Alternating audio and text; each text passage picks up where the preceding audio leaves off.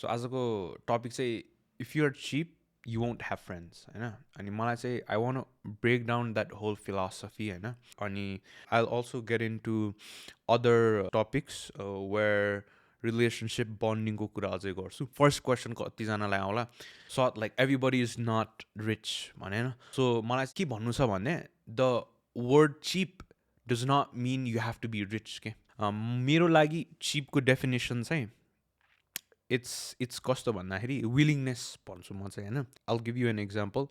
We're going on a सानो dinner होइन let's suppose you guys are both financially good. You are earning money, the other person is also earning money होइन you guys go out अनि you have this mentality that the other person will pay. Dinner सुरु पनि भयो होइन you're already on like bro यो तिर्दै even though you both are financially good, your willingness of not paying in itself shows cheapness के money नै हुनु पर्ने भन्ने छैन. Let's suppose I have this people of connections, pool of connections होइन and we've been friends for like 12 years होइन मैले तिमीलाई केही सोद्धाखेरि let's suppose मैले तिमीलाई केही help माग्न आएँ होइन you're a good friend of mine. If your दिमाग mentality in its of is ल मैले यसलाई सेयर गरेँ भने त यसको त हुन्छ नि he'll have more than me खालको द्याट्स चिपनेस फर मी के this is also talked about in book 48 laws of power जस्तो लाग्यो होइन so this is not a new phenomenon um talking about it's already tried and tested formula that तिम्रो stiffness तिम्रो selfishness देखायो भने चाहिँ you will not have friends. It's going to be very hard for you to make friends. I have encountered some people who have this, and I've cut them off. The reason being, it drains you, right? Even if you are कस्तो भन्दाखेरि तिमीले जति try गर्न सके पनि if you are willing to हुन्छ नि से होइन यो मान्छे त राम्रै हो हुन्छ ठिकै छ उसको यस्तो बानी छ उसको त राम्रो बानी पनि छ तर लास्टमा गएर ड्रेनिङ हुँदै गयो क्या मेरो लागि चाहिँ अर्को question might be how do you cut off people होइन from my experience it's very hard for me to cut people off होइन एकदम गाह्रो हुन्छ until unless you are really draining me then all cut you off तर कोलाई गरेको छु कसरी गरेको छु चाहिँ भन्छु म मेरो लागि इट नेभर हेज बिन त्यो पिसफुल वे होइन इट्स बेसिकली फर्स्ट म चाहिँ maybe I'll warn the person होइन यस्तो यस्तो छ उस्तो उस्तो छ अनि आई थिङ्क यस्तो भइरहेछ भन्दाखेरि त्यसपछि पनि if he or she does not understand that I am really uncomfortable with the whole situation होइन if he or she does not acknowledge that then I'll simply cut all ties in terms of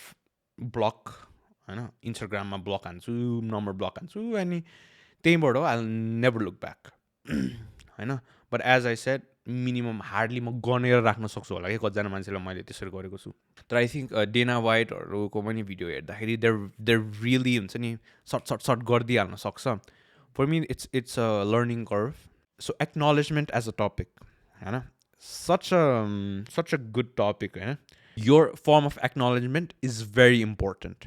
I try to do it at best होइन म जति सके गर्न खोज्छु म आफै पनि I'm trying to learn a lot होइन so I'm not perfect म अहिले भनिदिन्छु तर if somebody is doing genuinely something for you make sure you thank them होइन तिमीलाई अब कहिलेकाहीँ कस्तो पनि सिचुएसन आएको छ भने he or she will do something for me.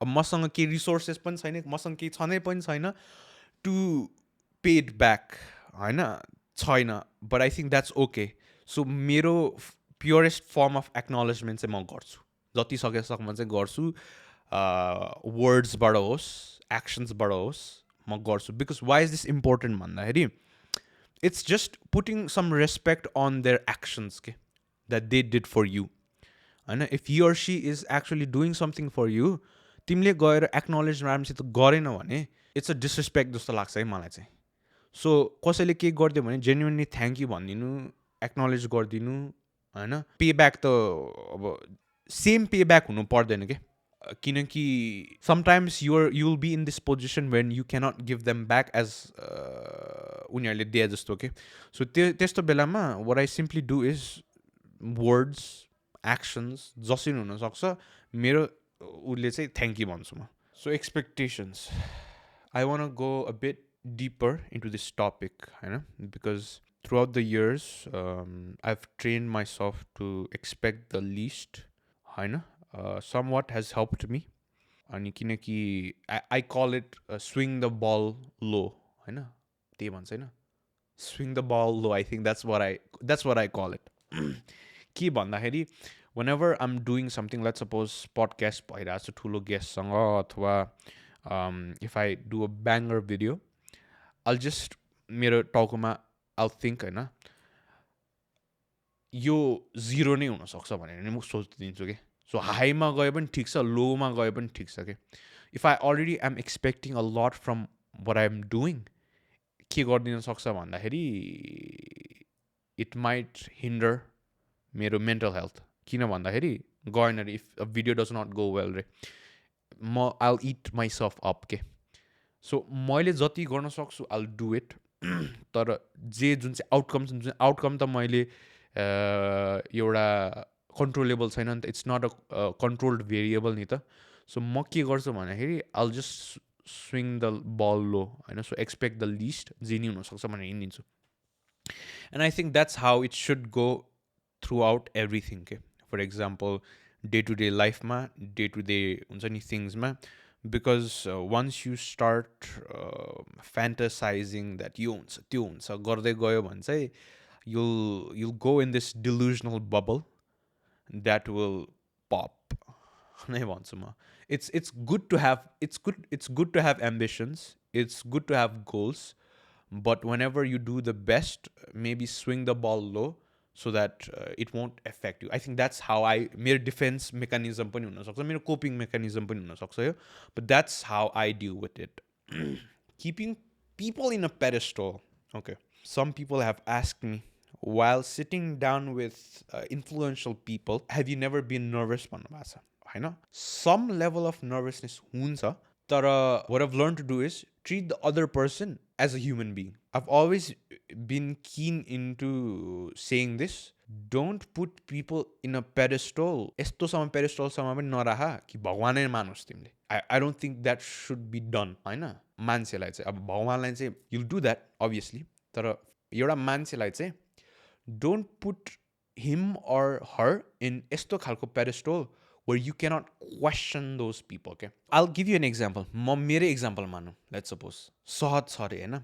म आफूलाई नै पेडेस्टलमा राख्दिनँ थियो होला, or I wouldn't want other people to put me on a pedestal because as a human 100% I'll make mistakes, होइन. So will other people who are हुन्छ नि authoritative figures जुन चाहिँ हामीले स्क्रिनमा देख्छौँ. They might also make mistakes 100%. So will I. I know. So if you're gaining knowledge from only one person and if you're putting them on a pedestal, number one problem के हुन सक्छ भने उनीहरूले mistake गर्यो भने your source of information will be wrong. And that might influence your world, your view. So always think for yourself. I know. That's what I advocate. That's what I tell in each and every podcast. The number one point of critical thinking is that तिमी एउटा ideology, but if you are going forward, always try to question your ideology, होइन. Let's suppose म right wing छु रे, I'll always try to seek other sides of the ideology as well. So left बाट पनि म हेर्न खोज्छु, right बाट पनि हेर्न खोज्छु, even if I lean right 100% always, होइन.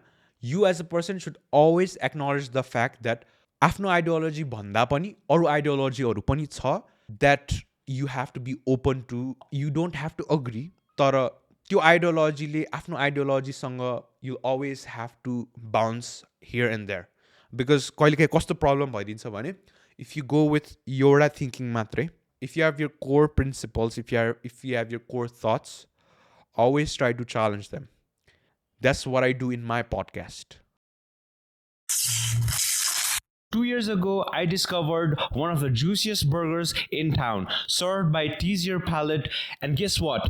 I'm thrilled to announce that they're sponsoring this video, and they've also opened a sister venture by the name Sicily by Tease. With the same service and with the same quality, they're serving you some delicious pizzas. All the details will be down in the description. Make sure to check them out.